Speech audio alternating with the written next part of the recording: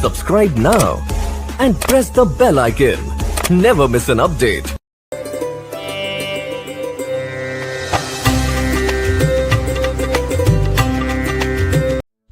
दोस्तों स्वागत है आप सबका मेरे चैनल ब्लूमिंग सफ़र पे।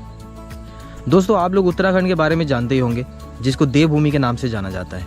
इस उत्तराखंड में है कई सारे खूबसूरत जगहें जहाँ पे घूम के आप अपना तन मन सब शांत कर सकते हो। इन सारे जगहों में से एक जगह ऐसा भी है जहाँ पे जाने के बाद आपको वापस आने का मन नहीं करेगा। जी हाँ दोस्तों, मैं बात कर रहा हूँ उत्तराखंड का वैली ऑफ फ्लावर्स के बारे में, जिसको फूलों की घाटी भी कहा जाता है।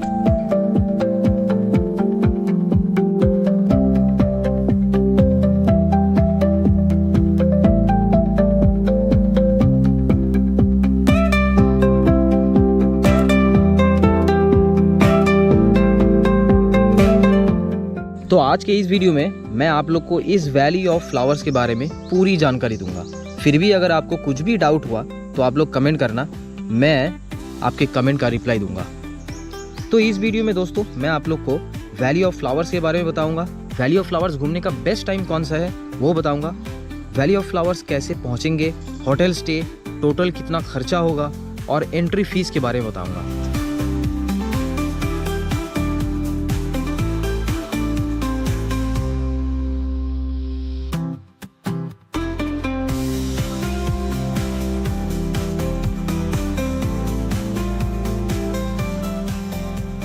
तो चलिए दोस्तों सबसे पहले शुरुआत करते हैं वैली ऑफ फ्लावर्स का इंट्रोडक्शन से। द वैली ऑफ फ्लावर्स यानी फूलों की घाटी उत्तराखंड के चमोली जिले में बसा है। ये जगह हिमालयाज के अल्पाइन फूलों के मैदान और प्राकृतिक खूबसूरती के लिए फेमस है।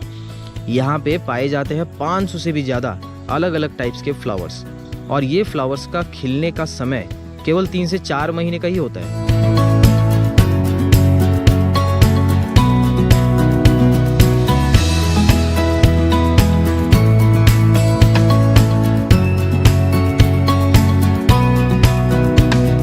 वैली ऑफ फ्लावर्स का मेन गेट खुलने का टाइम सुबह 7 बजे है और शाम को 5 बजे ये बंद हो जाता है। ये वैली ऑफ फ्लावर्स जून महीने से लेकर के अक्टूबर महीने तक खुला रहता है।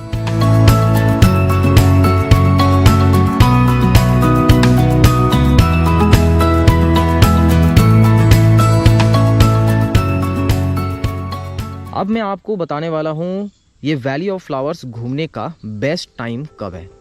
मैंने आप लोग को पहले ही बता दिया है कि ये वैली ऑफ फ्लावर्स जून से लेकर अक्टूबर महीने तक खुला रहता है, लेकिन इसका मतलब ये नहीं कि आपको अक्टूबर तक पूरा फ्लावर्स देखने मिलेगा।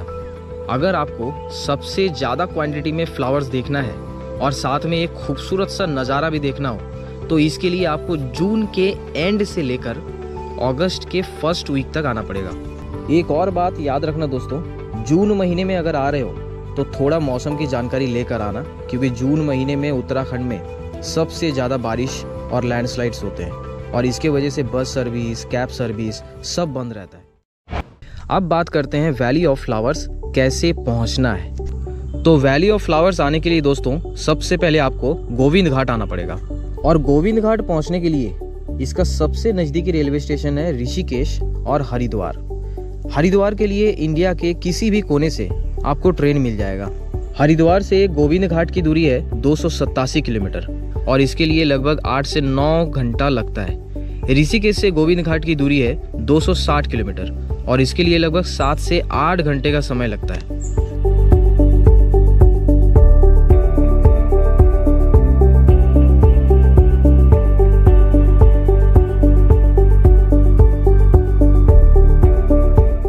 हरिद्वार से वैली ऑफ फ्लावर्स पहुंचने का 3 स्टेप है। हरिद्वार से गोविंद घाट, गोविंद घाट से घांघरिया और घांघरिया से valley of flowers. Valley of flowers के लिए ऋषिकेश और हरिद्वार दोनों जगहों से आपको प्राइवेट कैब्स और बस मिल जाएगा, लेकिन सबसे ज़्यादा फ्रीक्वेंसी आपको ऋषिकेश से मिलेगा। अगर आप प्राइवेट कैब से आ रहे हैं तो इसका किराया 8,000 से 12,000 तक रहेगा। अगर आप पीक सीजन में आ रहे हैं तो 10 से 12,000 में मिलेगा और नॉर्मल डेज में आ रहे हैं तो 8 से 10,000 में मिलेगा। अब बात करते हैं बसेस के बारे में। दोस्तों अगर आप लोग बस से वैली ऑफ फ्लावर्स जा रहे हैं तो मेरे ओपिनियन से आप लोग पहले ऋषिकेश आ जाइए। यहाँ से आपको गोविंद घाट के लिए ज़्यादा फ्रीक्वेंसी में बसेस मिल जाएगा। ऋषिकेश से सुबह 4 बजे से सुबह के 7 बजे तक गोविंद घाट के लिए आपको बसेस मिल जाएगा। 7 बजे के बाद आपको एक भी बस नहीं मिलेगा जो गोविंद घाट आपको पहुंचा देगा। हरिद्वार और ऋषिकेश से डायरेक्ट जोशीमठ के लिए बसेस चलता है, लेकिन इसका फ्रीक्वेंसी बहुत कम है। तो अगर आपको गोविंद घाट और जोशीमठ दोनों जगहों के लिए डायरेक्ट बसेस ना मिले तो आपको ब्रेक कर करके आना पड़ेगा।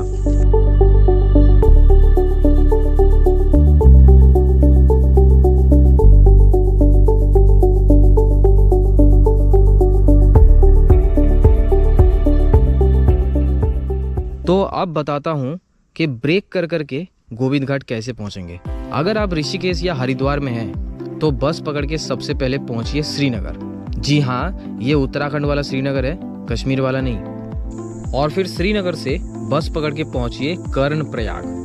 कर्णप्रयाग से अगर आपको डायरेक्ट जोशीमठ के लिए बस मिलता है तो जोशीमठ पहुँच जाइए। अगर नहीं मिलता है तो कर्णप्रयाग से आपको पहुँचना पड़ेगा पीपल कोटी, और पीपल कोटी से आपको शेयरिंग जीप नहीं तो बस पकड़ के जाना पड़ेगा जोशीमठ। जोशीमठ से शेयरिंग जीप लेकर आपको पहुंचना पड़ेगा फाइनली गोविंद घाट।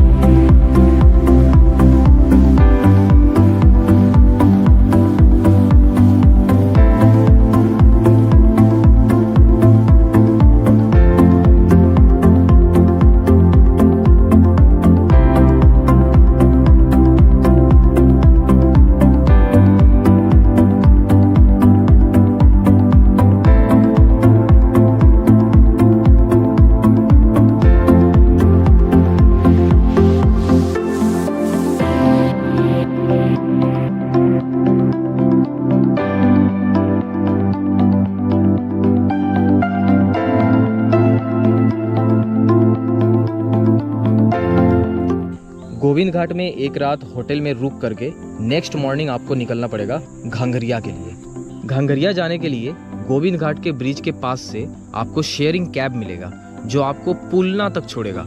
फिर पुलना से आपको पैदल ट्रेक करके पहुंचना पड़ेगा घांघरिया विलेज।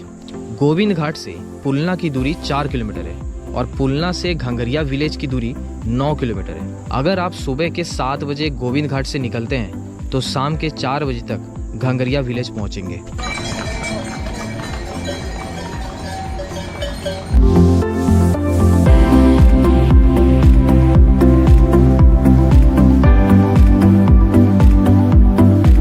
दोस्तों, जगह जगह पे आपको ऐसे पीने का पानी मिल जाएगा।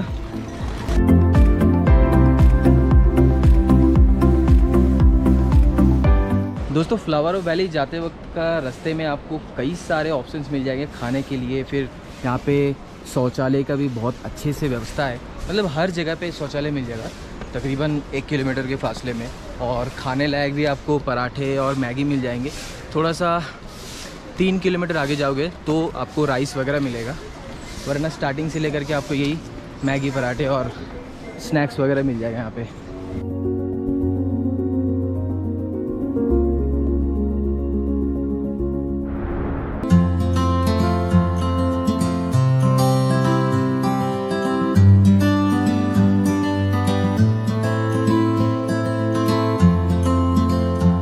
रात को घांघरिया में रुककर नेक्स्ट मॉर्निंग आप शुरू करेंगे वैली ऑफ फ्लावर्स का ट्रैक।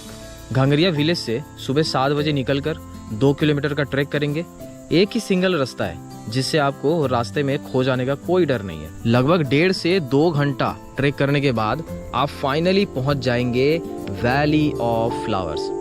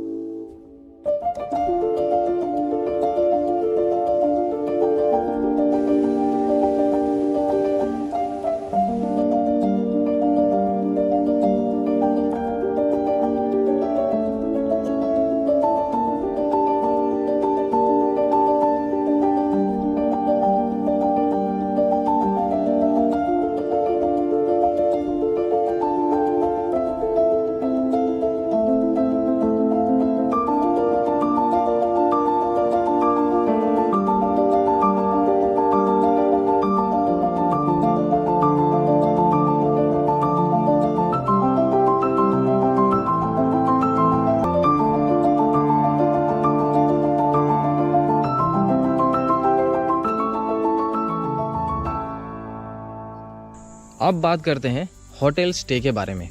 यहाँ आपके पास दो ऑप्शन है, एक है होटल, दूसरा है गुरुद्वारा। अगर आप हरिद्वार या ऋषिकेश में स्टे कर रहे हैं तो यहाँ आपको 500 रुपये से रूम मिल जाएगा। डिपेंड करता है आपका बजट और आपके चॉइस के ऊपर। उसके बाद आप स्टे करेंगे गोविंद घाट में। यहाँ आप चाहे तो गुरुद्वारा में भी स्टे कर सकते हैं। गोविंद घाट में होटल्स का किराया रहेगा 600 रुपये से 2000 तक, और गुरुद्वारा में आप फ्री में रह सकते हैं। गोविंद घाट में स्टे करने के बाद आप स्टे करेंगे घांगरिया में। यहाँ भी गुरुद्वारा अवेलेबल है। घांगरिया का होटल किराया 1000 से शुरू होकर 3000 रुपये तक है, और गुरुद्वारा में आप फ्री में रह सकते हैं। तो दोस्तों फाइनली हम लोग जो है ना घांगरिया विलेज पहुँच गए हैं, और हम लोग को मतलब आज पूरा दिन जो है ना वो ट्रैवलिंग में ही गया। आज वैली ऑफ फ्लावर्स का ट्रैक नहीं कर रहे हम लोग, डायरेक्टली कल करेंगे। यहाँ का जो होटल रूम वगैरह है ना वो मैं बता देता हूँ आपको। शुरू होगा कम से कम 600 रुपये से, 600-700 से, और 2000 तक का है रूम मिल जाएगा। नहीं तो आप गुरुद्वारा में स्टे कर सकते हो, वहाँ पे डॉर्मेटरी रूम पूरा फ्री है। और नहीं तो अगर आपको पर्सनल रूम चाहिए तो 1100 से शुरू होगा। और बाकी खाने में जो है ना वो यहाँ पे नॉनवेज नहीं मिलेगा, पूरा वेज में है सब कुछ। देखो ये है घांगरिया का विलेज। यहाँ पे विलेज तो नाम है लेकिन विलेज कम, यहाँ पे होटल्स ज़्यादा है। यहाँ पे पूरा आप ऊपर तक देखोगे ना सारे के सारे होटल्स हैं।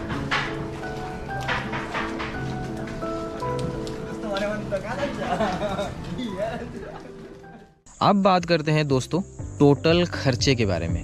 अगर आप बजट में ट्रैवल कर रहे हैं तो 5000 रुपये के अंदर पूरा ट्रिप कर सकते हैं। इसमें डिपेंड करता है आप कौन से होटल में स्टे कर रहे हैं, कहाँ खाना खा रहे हैं और कौन सा ट्रांसपोर्ट यूज़ कर रहे हैं। अगर आप गुरुद्वारा में रुकते हैं और गुरुद्वारा का खाना खाते हैं तो खाना और होटल स्टे का खर्चा आपका बच जाएगा। तो फिर आप 5000 से भी कम रुपए में ये पूरा ट्रिप कर सकते हैं। एक और बात याद रखना, गोविंद घाट से लेकर घांगरिया तक आपको नॉन वेज खाना कहीं पे भी नहीं मिलेगा, तो वेज खाने से ही आपको काम चलाना पड़ेगा। अब मैं आप लोग को बताने वाला हूँ एंट्री फीस के बारे में। इस पूरे ट्रिप में आपको सिर्फ एक ही जगह एंट्री फ़ी देना है, और वो है जब आप वैली ऑफ फ्लावर्स एंटर करेंगे वहाँ। यहाँ पे आपको 150 रुपये का टिकट निकालना पड़ेगा। इस टिकट का वैलिडिटी 3 दिन तक रहेगा, यानी इसी टिकट पे आप 3 दिन तक वैली ऑफ फ्लावर्स के अंदर घूम सकते हैं।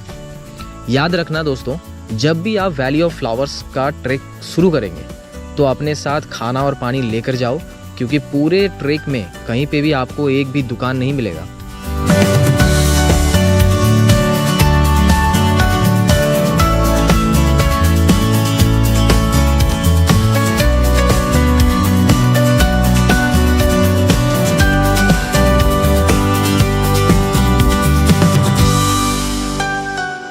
दोस्तों ये वैली ऑफ फ्लावर्स इतना खूबसूरत है कि यहाँ से आपको जाने का मन नहीं करेगा। यहाँ का खूबसूरती इतना ब्यूटीफुल है कि मैं शब्दों में बयां नहीं कर सकता। तो यहाँ पे 2 दिन रुको, मतलब घांगरिया विलेज में 2 दिन रुको। इस 2 दिन में वैली ऑफ फ्लावर्स मतलब फूलों की घाटी को अच्छे से एक्सप्लोर करो, यहाँ की खूबसूरती को अच्छे से महसूस करो, क्योंकि क्या पता ज़िंदगी में फिर दोबारा मौका मिले या ना मिले।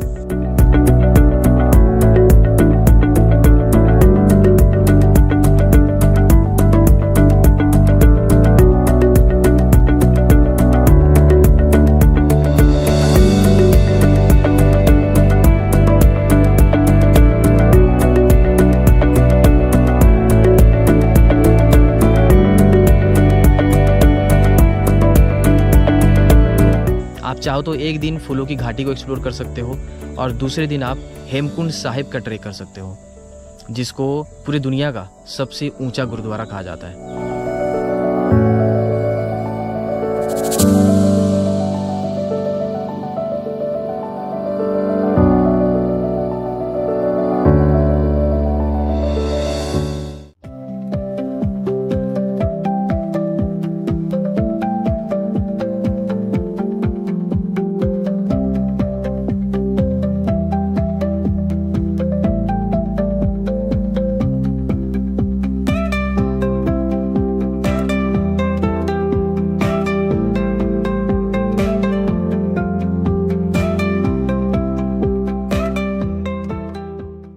एक सबसे इम्पॉर्टेंट बात मैं बता देता हूँ आपको कि अगर आपको रिटर्न जाना है तो जितना जल्दी हो सके आप घांगरिया विलेज से निकल जाना, क्योंकि गोविंद घाट पहुँचते पहुँचते फिर शाम हो जाएगा आपको।